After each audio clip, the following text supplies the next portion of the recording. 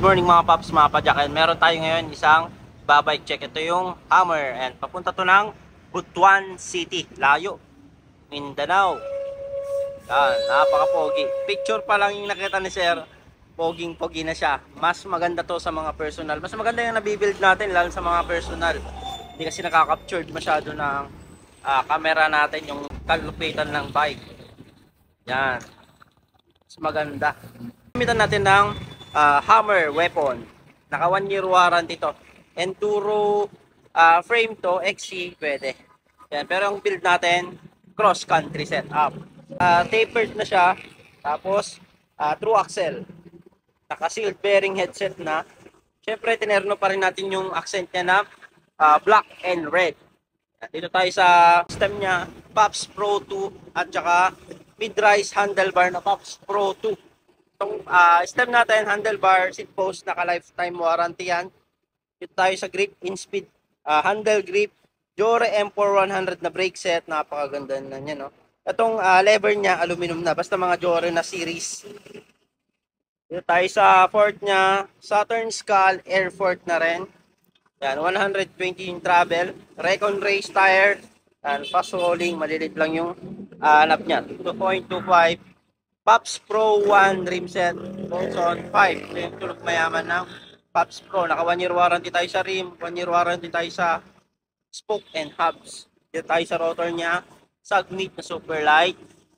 Siyempre, ginamitan din natin ng Pops Pro 2 na saddle. Napaka-comfortable itong upuan. Meron din siyang butas at the same time meron siyang cover. And just in case na may tumusok sa baba, safe na safe pa rin yung jet locks natin. Kandahan dito, ayan, hindi mo nakikita yung mga staple niya. Naka-cover siya, dalawang layer to ng nylon plastic. Dalawang layer pero magaan pa rin siya. Ayan, free na tong taillight niya. Pops Pro 2 na, seat post, naka-dual lock, in-speed na seat clamp. Dito tayo sa crankset niya, naka-Jore crankset M5100. In-upgrade na rin namin tong chain ring niya ng CNC, narrow wide chain ring. Dito tayo sa pedal, Weapon Ambush sealed bearing pedal, napaka-smooth. M6100 chain, Jore M6100 na RD, syempre may clutch yan. Ano nga ba yung purpose ng clutch? Ito, pag normal, naka-off, yan, malambot lang yung play ng RD natin at syempre, smooth yung pag-shift. Pinon mo naman yung lock niya, matigas. Ang purpose nito sa mga downhill para hindi matagtag at saka sobrang malulubak na trail. Ayun yung purpose nito. Yan. Pero kung hindi ka naman masyadong trail, patayin mo lang yan or i-off para hindi mabilis masira yung RD natin.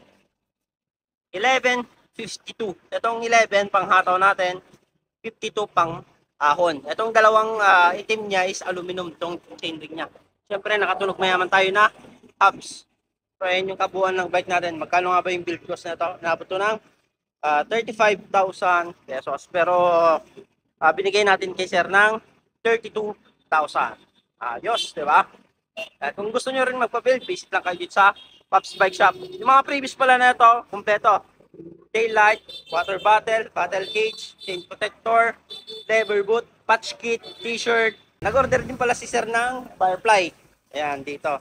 Speedometer para kompleto na. So, thank you mga Pops, mga padyak. Mga nasa malalayong lugar naman na gusto magpakita ng suportas dito sa Pops Bike Shop at gusto mag-order, ayan, visit lang kayo dito sa mga legit account namin. Dito lang kayo pwedeng makipag-transact para legit at di kayo may scam.